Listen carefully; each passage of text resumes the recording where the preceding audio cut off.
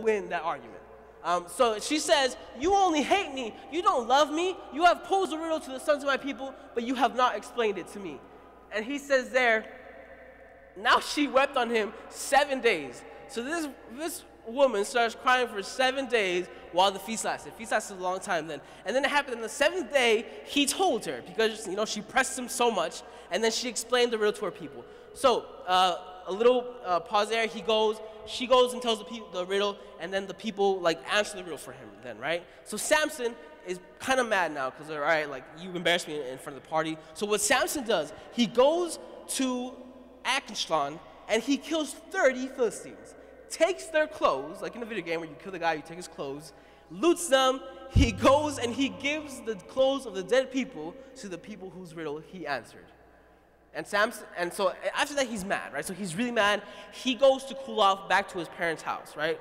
He goes to his parents' house, and look what happens here. And Samson's wife was given to his best man.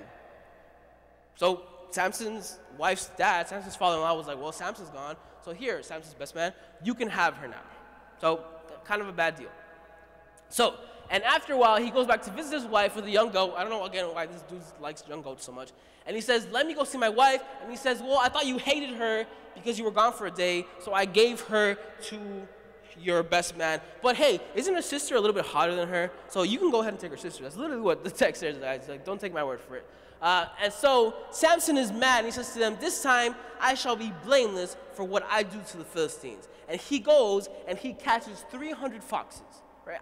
Don't tell me how this dude catches 300 foxes. The first Pokemon trainer is there in the Bible. So he catches 300 foxes.